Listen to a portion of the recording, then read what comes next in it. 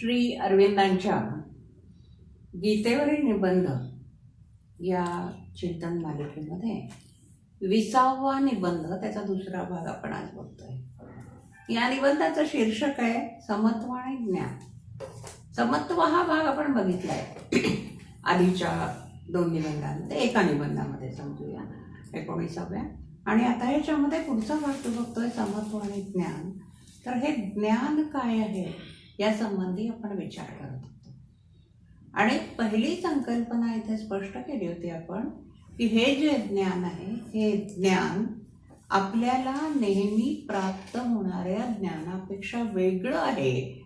हे ज्ञान इंद्रियजन्य ज्ञान नाही, हे ज्ञान बुद्धीच्या साहाय्याने प्राप्त केलेलं ज्ञान नाही, किंवा हे ज्ञान कुठल्याही बाह्य गोष्टींनी प्राप्त केलेलं नाही आहे। याचं कारण असं की जी सामान्य बुद्धी असते आपली, ती सामान्य बुद्धी, व्यवहार्य बुद्धी किंवा उच्च जरी बुद्धिमत्ता असली तरी ती सगळी आहे, ही सगळी या सृष्टीच्या पलीकडे जाणारी बुद्धी नाही। बुद्धीचे ज्याच्यामध्ये, ज्याला आपण प्रज्ञा म्हणतो, त्याच्यामध्ये श्रेष्ठतम अशी ऋतंभरा प्रज्ञा मानली जाते। त्याही पलीकडे जी आध्यात्मिक बुद्धी आहे त्या बुद्धीबद्दल गीता बोलते। म्हणून सांगताना इथं सांगितलं होतं, मागच्या भागामध्ये आपण पाहिलं होतं की ही जी बुद्धी आहे भारतीय तत्वज्ञानात किंवा विशेषतः गीतेमध्ये बुद्धी ही जी संकल्पना वापरलेली आहे ही सर्वसामान्य बुद्धीशी निगडीत नाही, ही आध्यात्मिक बुद्धी आहे।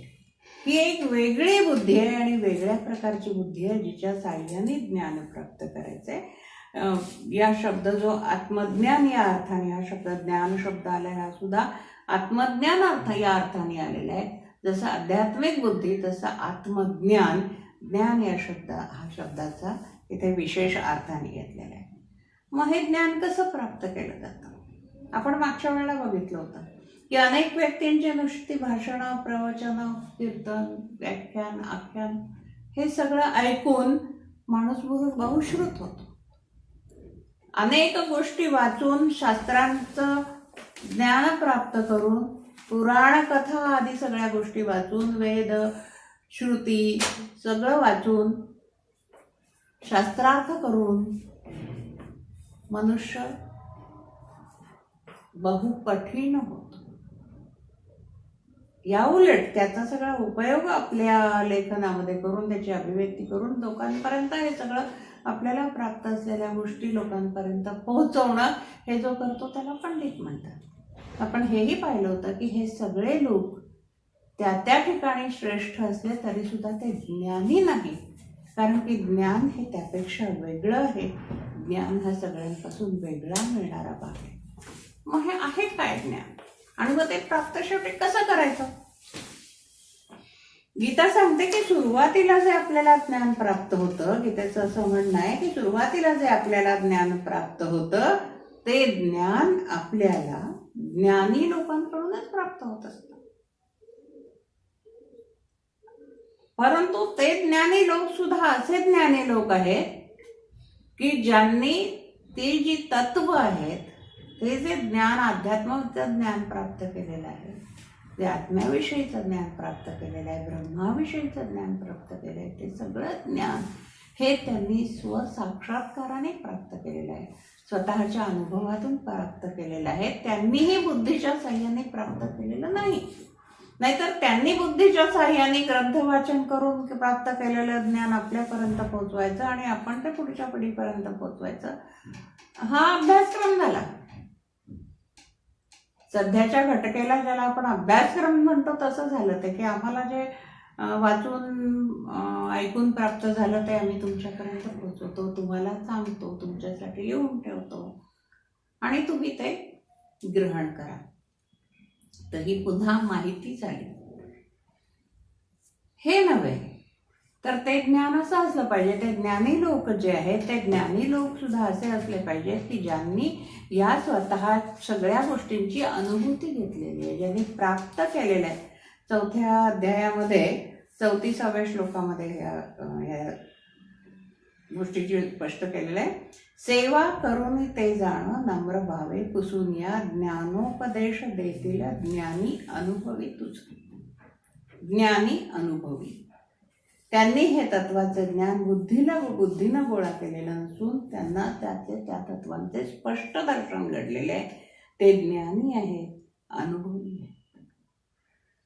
इथं असं म्हणते, जो योगाने पूर्णता पावलेला आहे त्याचे काले करून हे ज्ञान स्वतःचे ठिकाणीच आपोआप प्राप्त होते. काय आहे? स्वतःच्या ठिकाणी आपोआप प्राप्त करते जो योगाने पूर्णता पावलेला आहे. आपण निसर्गातलं उदाहरण घेऊ. साधं धान्याचं उदाहरण घेऊ. कुठल्याही छोट्या बियांचं, जसं मागच्या वेळेला आपण घेतलं होतं तसं आपण कुठल्याही कडधान्याचं उदाहरण घेऊ. हे जे धान्य आहे, हे जे दाणे आहेत, हे आपल्या समोर जे असतात, चुकलेले, शुष्क झालेले, असे जे नुसते दाणे असतात, त्या दाण्यांचं काही होत नसतं. मनुष्य योगाने परिपूर्ण व्हावा लागतो. जसा कोणताही दाणा हा जलाने परिपूर्ण व्हावा, नुसत्याच जलाने नाही तर उष्णतेने परिपूर्ण व्हावं लागतं. कडधान्य पाण्यामध्ये भिजवून ठेवलं, ते पाणी शोषून घेतं आणि पाणी शोषून घेतल्यानंतर जर तसंच ते आणखी त्याच्यामध्ये त्यांनी पाणी शोषले म्हणून आपण त्याच्यात आणखी पाणी टाकून ठेवलं तर ते त्याच्यामध्ये नुसतंच पाणी भरल्यासारखं होतं आणि काही वेळाने ते सडून जाईल. पण भिजलेलं कडधान्य जेव्हा आपण निथळतो आणि एखाद्या फडक्यात बांधून ठेवतो तेव्हा त्याला मोड येतात. हे आतून आलेले आहेत मोड. बाहेरून काय घेतलंय? पाणी आणि उष्णता. बाहेरून जे घेतलेलं आहे ते पाणी घेतलेलं आहे, उष्णता घेतली आहे, म्हणजे तो परिपूर्णता आणलेली आहे. आणि त्या परिपूर्णतेनंतर त्याच्या आतलं जे चैतन्य आहे ते अंकुरित झालेलं आहे मोडाच्या रूपाने. मनुष्याचं असंच आहे. त्याला आधी योगाने परिपूर्ण व्हायचं आहे, म्हणजे स्वतःमध्ये तो पूर्ण योग जिरवून घ्यायचं आहे. स्वतःचं जीवन हे योगी जीवन असायला हवं. आणि मग तपाची, साधनेची उष्णता त्याला असायला हवी. त्या उष्णतेमध्ये साधनेमध्ये त्यांनी स्वतःला लपेटून घ्यायला हवंय. त्यावेळेला त्याच्या आतच असलेलं ज्ञान हे बाहेर येतं, प्रकट होतं. कोण येतात त्याला? ज्ञान कुठेही बाहेर नसतं, ते आपल्यात असतं, बाहेर असते. ती माहिती असते, तिच्या साह्याने आपल्याला ज्ञान होतं. लहान मूल सुद्धा शिकतं. म्हणजे कसं शिकतं? त्याला जे काय पहिल्यांदा माहित आहे त्याच्याशी तो बाहेर त्याला दिसलेल्या गोष्टी असोसिएट करतो आणि मग तो त्याच्याशी बघत जातो आणि तो त्याला ते माहीत असलेल्या गोष्टींना एकमेकांशी बांधून त्याच्यातून तो त्या गोष्टी समजून घेत जातो, शिकून घेत जातो. एक छोटंसं उदाहरण सांगते. 3 वर्षाचा असेल माझा नातू. आम्ही त्याला शेतावर घेऊन गेलो होतो, त्याच्या आजोबांच्या शेतावर. आणि तिथं गेल्यानंतर त्याच्या शेतातल्या त्या सऱ्या पडलेल्या होत्या. ते सरळ रेषेमध्ये नांगरून ठेवलेलं होतं. ते पाहून त्याला काय आठवण झाली की हे तर रेल्वे लाईन आहे, ट्रॅक आहे रेल्वेचा. तो मुंबईत राहिल्यामुळे सतत त्याने त्या रेल्वेचे ट्रॅक पाहिलेले होते. ते 2 रूळ पाहिले होते, सरळ समांतर रेषेने जाणारे. आणि ते पाहिल्यानंतर शेतातले ते हे पाडले नांगरलेले शेत पाहिल्यानंतर त्याला त्या ट्रॅक्सची आठवण आहे. म्हणजे काय, त्याला जे आधी माहीत होतं, त्याला जे आधी जाणीव होती, त्याच्यात नवीन माहितीची सांगड घालून तो त्याच्याशी राहायला गेला. एक छोटासा मुलगा होता, त्याला केळ दिलं खायला कोणीतरी. तो पटकन म्हणाला, याचा कागद काढून दे ना. चॉकलेट खायची सवय असल्यामुळे त्याचा कागद काढायची सवय होती. केळाच्या वर जो आहे तो कागद नाही, चाल आहे, हे त्याला समजायला वेळ लागला. कारण त्याच्यामध्ये जे ज्ञान होतं ते त्याच्या संबंधित होतं, त्याने अनुभवलेल्या विश्वाशी संबंधित होतं. ही अगदी साधी उदाहरण आहेत. याचा संबंध उच्च ज्ञानाशी आत्मज्ञानाशी काही नाहीये. पण सांगायचं तात्पर्य आहे की जे ज्ञान ज्याला आपण म्हणतो ते आपल्यातच आहे, कुठेही बाहेर नाही. बाहेरून कुठूनही आपल्याला ते ज्ञान मिळणार नाही. कारण मग बाहेरून जर ज्ञान मिळत असतं तर ज्ञानी व्हायला मनुष्य कशाला व्हायला पाहिजे? झाडं, पशु, पक्षी हे सुद्धा ज्ञानी झाले असते ना बाहेरून ज्ञान घेऊन. तसं नसतं, ते आत असतं.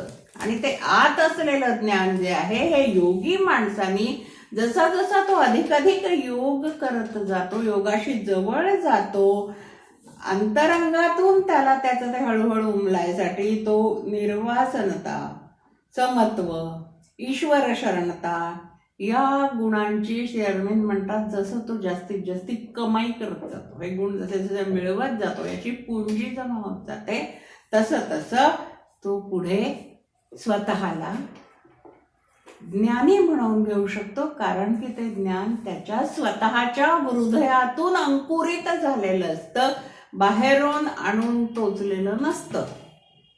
कुठलाही मोड हा बाहेरून आणून कोणताही कडधान्यात टोचता येत नाही, तो त्याच्या आतूनच यावा लागतो. पालवी आतून फुटावी लागते. बारकी बारकी पानं एक तोडून एका झाडाची दुसऱ्या झाडाला चिकटवली तर त्याला पालवी नाही म्हणता येत. त्या झाडाची पालवी त्याला आतून यावी लागते, कळी आतून यावी लागते, फळ आतून यावं लागतं, बाहेरून नाही. तसंच ज्ञान हे आतून यावं लागतं. श्री अरविंद म्हणतात त्याच्यासाठी माणसाची बुद्धी जे ज्ञान गोळा करते, जे बाहेरचं ज्ञान आहे, 233 पानावर शेवटचा परिच्छेद आहे. माणसाची बुद्धी जे ज्ञान गोळा करते ते इंद्रियांच्या आणि बुद्धीच्या फार कष्टाने बाहेरून मिळवावे लागत असते. मेंदू आपला जो आहे इंद्रिय बुद्धीचं, त्याला फार कष्ट करावे लागतात मेंदूला. आणि तेव्हा कष्ट करून मेंदू या इंद्रियाने बुद्धीसाठी कष्ट करून जे ज्ञान मिळवलंय ते ज्ञान असतं.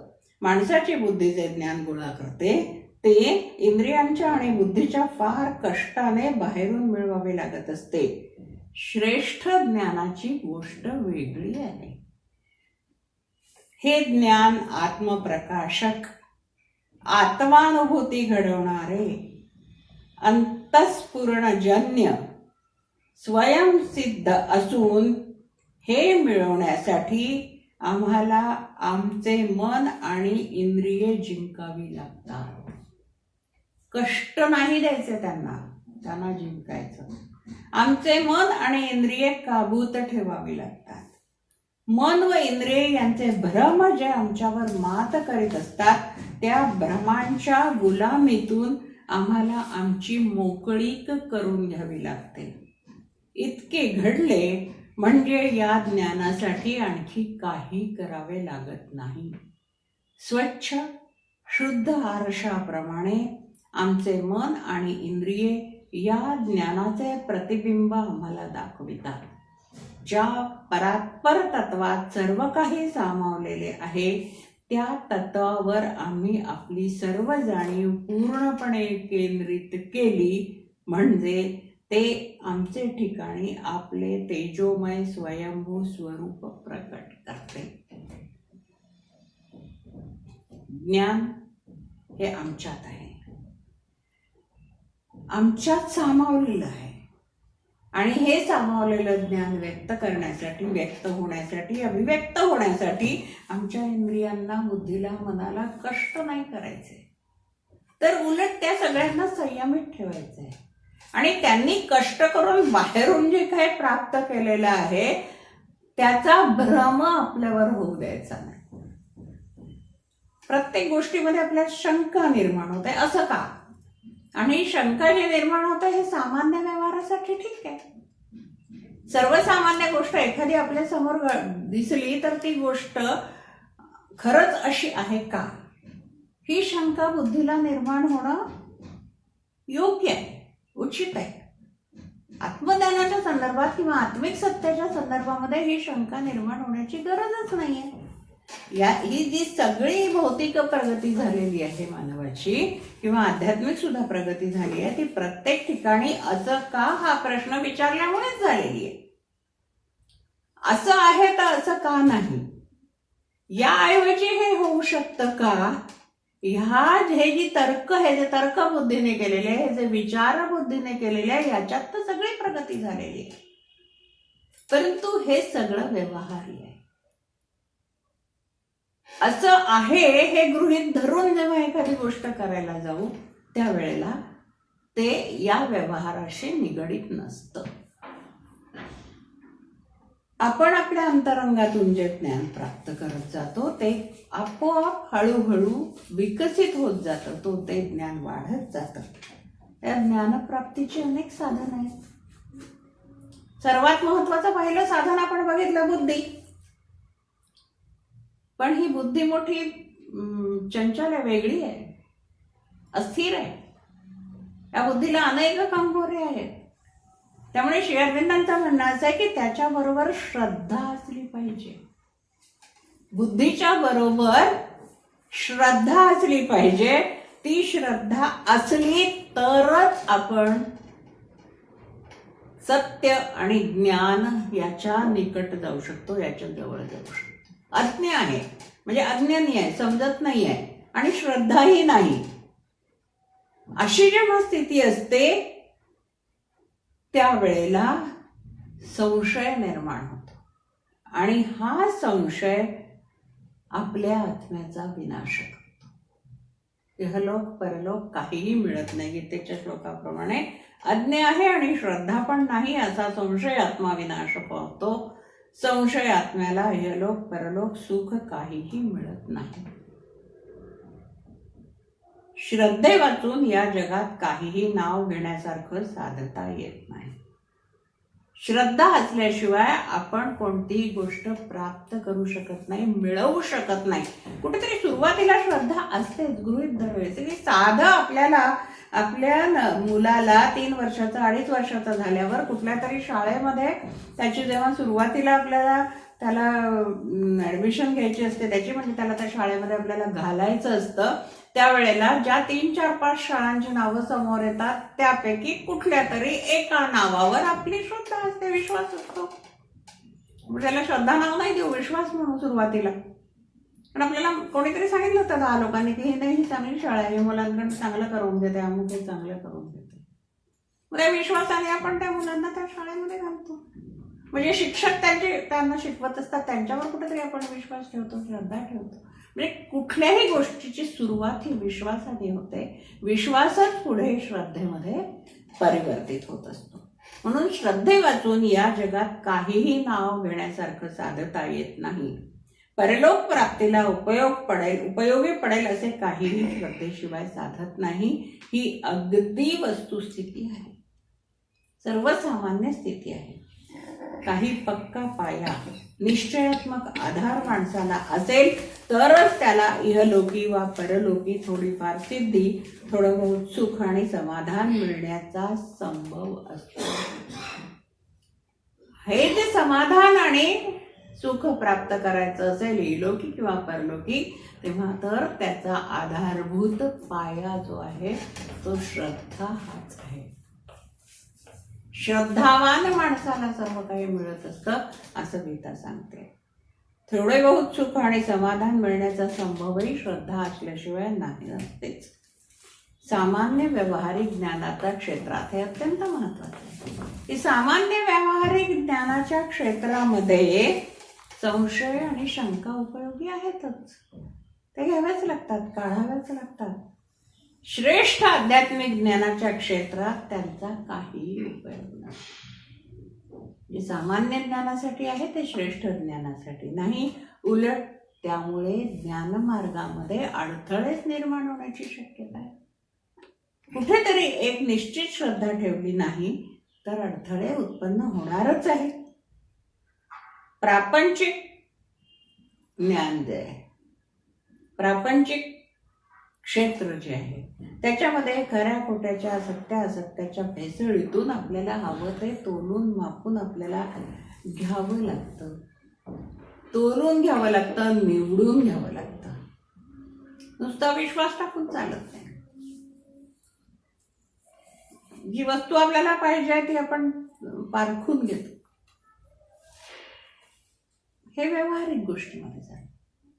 पण जे मुळातच खणखणीत आहे, माहिती आहे, ते पारखून घ्यायची गरज नसते ना. भेसळ होऊ शकते हे समजल्यावर पारखण्याची गरज पडली. पूर्वीची जी सोन्या चांदीची दाणी होती, पोन मोहरा वगैरे असं, आणि चांदीचे रुपये होते आतापर्यंत, तर ते सगळ्यांना वेगळं पारखून घ्यायची गरज नाही पडायची, कारण त्याच्यात भेसळ नव्हती होत, माहित होतं काय आहे ते.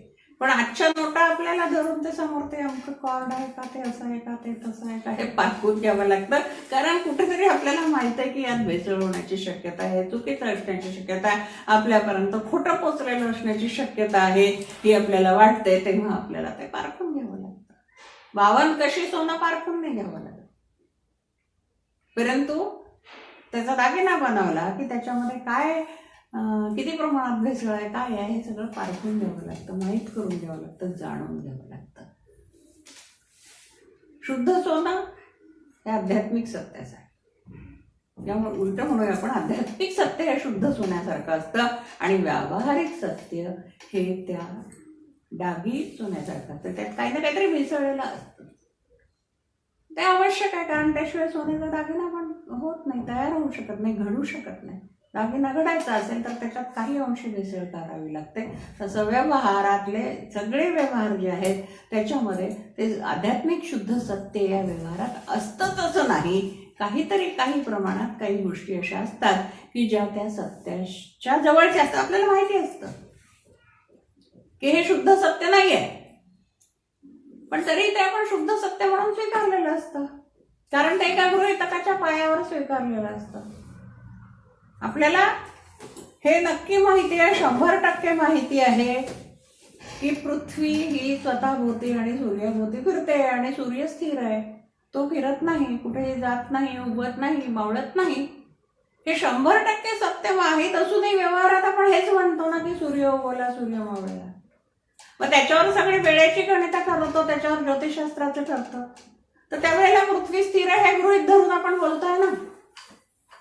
पृथ्वी स्थिर आहे हे गृहीत धरून आपण बोलतोय की पूर्वेकडून सूर्य उगवला, पश्चिमेकडे सूर्य मावळला. पृथ्वी स्थिर आहे आणि त्या पृथ्वीवर आपण स्थिर उभे आहोत असं गृहीत धरून आपण बोलतोय ना. हा सूर्य मावळत किंवा उगवतच नाही हे आपल्याला माहित आहे, तरी पण आपण हे बोलतोय, कारण की ते आपल्या व्यवहाराला आणि रोजच्या व्यवहाराटीच्या कार्याला आवश्यक आहे म्हणून बोलतोय. आध्यात्मिक सत्याचं तसं नाहीये. त्याच्यामध्ये अशी किंचित यत्किंचित सुद्धा, थोडी सुद्धा, अगदी बारकीशी सुद्धा भेसळ होण्याची काहीही शक्यता नसते. बुद्धीच्या साह्याने जे प्राप्त केलेलं असतं, बुद्धी संपादित ज्ञानात असत्याची भेसळ असू शकते, यात शंका उत्पन्न होऊ शकते. म्हणून त्याचं निरसन करणं आवश्यक असतं. पण आध्यात्मिक ज्ञानात शंकेला जागाच नाहीये. बुद्धीच्या प्राप्त झालेल्या बुद्धी ही शंका उत्पन्न करणारीच आहे. बुद्धी मुळातच अशी आहे की त्या बुद्धीमध्ये ही शंका उत्पन्न होते, किंवा बुद्धीचं वर्णन, बुद्धीचं रूपच ते आहे की शंका उत्पन्न करण्याचं. कवी, हिंदीचे कवी जयशंकर प्रसाद यांनी कामायनी नावाचं एक सुंदर काव्य लिहिलं, महाकाव्य, हिंदीतलं महाकाव्य, अनेकांनी ते वाचलं असेल. त्यांनी आपल्या प्रत्येक भावना ज्या आहेत त्या प्रत्येक भावनेचं रूपात, म्हणजे सगुण रूपामध्ये वर्णन केलेलं आहे. त्याच्यामध्ये बुद्धीचं वर्णन करताना पहिलीच ओळ लिहितात ते, बिखरी अलके जो तर्क जाल. बुद्धी कशी दिसली? स्त्री आहे, अर्थातच केशसंभार आहे, आणि हा केशसंभार जो आहे तो कुरळे कुरळे केस आहेत आणि ते विखुरलेले आहेत. कुरळे केस एकमेकांमध्ये गुंतलेले आहेत. जसं तर्काचं जाळं एकमेकांमध्ये गुंतलेलं असावं, तिचे केस एकमेकांमध्ये गुंफलेले आहे. बिखरी अलके जो तर्क जाल, था विश्व मुकुटसा उज्ज्वलतम शशिखंड सदृश सा स्पष्ट बाल. विश्व मुकुटसा उज्ज्वलतम, विश्वाचा मुकुट असावा, विश्वात उच्च ठिकाणी असावं आरशासारखा, सूर्यासारखं शशिखंड, चंद्राच्या तेजासारखं विस्तृत असा भाल प्रदेश. दो पद्म पलाश चषक असे दृग देते अनुराग विराग. दोन बुद्धीचे दोन डोळे, एक अनुराग आणि दुसरं विराग. एक प्रेम देणार आणि एक वैराग्य देणार. मुकुल सदृश आनन जिसमे भरा गान, आणि एखाद्या सुंदर फुलासारखा चेहरा ज्यात गान भरलेलं आहे, जीवनाचं गान भरलेलं आहे. वक्षस्थल पर एकत्र धरे संस्कृतीचे सब विज्ञान ज्ञान. वक्षस्थळावर जे कुंभ आहेत त्याच्यामध्ये विज्ञान एकामध्ये आणि दुसऱ्यात ज्ञान आहे. एक हात में कर्म कलश वसुधा जीवन रस सारलिये. तिच्या एका हातामध्ये कर्माचा कलश आहे, दुसरा विचारों के नभको या मधुर अभय अवलंबली. दुसरा जो हात आहे तो विचारांचा आहे. बुद्धीचं असं वर्णन आहे. मुळातच पहिलेच वाक्यामध्ये बिखरी अलके जो तर्क जाल हे प्रत्येक वेळेला मला सांगावं असं वाटतं की किती सुरेख आहे. ती कुरळे विखुरलेले केस आपल्या डोळ्यापुढे आणून बघा ती बुद्धीची स्वरूप, सगुण रूप बुद्धीचं, याचं लक्षात येईल की हे कसं आहे. बुद्धीचं स्वरूपच असं. परंतु ज्ञानाचं तसं नाही. म्हणून श्री अरविंद म्हणतात 235 पानावर, शेवटी हे लक्षात ठेवावे की आध्यात्मिक सत्य हे स्वयंभू सत्य असते. आध्यात्मिक सत्य हे स्वयंभू सत्य असते आणि ते आम्हाला स्वयंप्रकाश स्वयंप्रमाण होऊ शकते. अडचण केवळ अज्ञान निर्मित मोहांची, मायाजालांची असते. अज्ञानावाचून शंका उत्पन्न होतात, भ्रम उत्पन्न होतात, विक्षेप उत्पन्न होतात आणि त्यामुळे हे स्वयंभू स्वयंप्रगट सत्य, स्वयंप्रमाण सत्य आम्ही ओळखत नाही. आमच्या जीवनात त्याला स्थान देत नाही. आमचे हृदय, आमचे मन इंद्रियांच्या धडपडींनी गोंधळतात, मतमतांतरांच्या गलबल्याने दिग्भ्रम होतात. हीन दृश्य सत्यांच्या जंजाळात त्यांना राहावे लागत असल्याने त्यांचा गोंधळ उडतो आणि स्वभावतःच त्यांना श्रेष्ठ आध्यात्मिक सत्यांविषयी शंका निर्माण होते. आमची जी इंद्रिय आहे, ही सगळ्या इंद्रियांचा जो गलबला आहे त्या गलबल्यामध्ये, गोंधळामध्ये गुंतलेली आहे, एकमेकांमध्ये विचारांमध्ये अडकलेली आहे. जे दृश्य समोर दिसतंय ते खरंच सत्य आहे की नाही आहे हे आपल्याला लक्षातच येत नाही. याचं कारण असं की त्या सत्याचा आभास आपल्यापुढे निर्माण झालेला असतो. स्पष्टपणे ते सत्य आपल्यासमोर आलेलं नसतं. आमच्या मनातला हा गोंधळ कमी झाला, आमच्या हृदयात श्रद्धा निर्माण झाली आणि आम्ही आमच्या स्वतःवर इंद्रियांपेक्षा मनावर विश्वास ठेवायला शिकलो तर हा गोंधळ कमी. सत्य हे तर्कशुद्ध की तर्कसिद्ध या गोंधळात न पडता आपल्या मनाला ते काय वाटतं आहे, हा गोंधळ आपला कसा दूर होईल आणि हे सत्य कसे आहे, मोह जाळातून आपण कसं या सगळ्यातनं बाहेर पडू शकू, याचा विचार आपल्याला करायला. तोडिया बंधना माया मोहा, तोडिया बंधना माया मोहा, मोह जाळ माझे कोण निरसील. कोण निरसेल मोहबाळ, कोण मोहजाळ, कोण हे बंधन माया म्हणलं. गुरुराव स्वामी असे स्वयंप्रकाश. आपल्या मनातला जो आपल्या स्वतःच्या हृदयात बसलेला परमेश्वर आहे तो स्वयंप्रकाश आहे. तोच हे मायाजाळ, मोहमायाचं जाळाचं निरसन करणार आहे, ते नष्ट करणार आहे.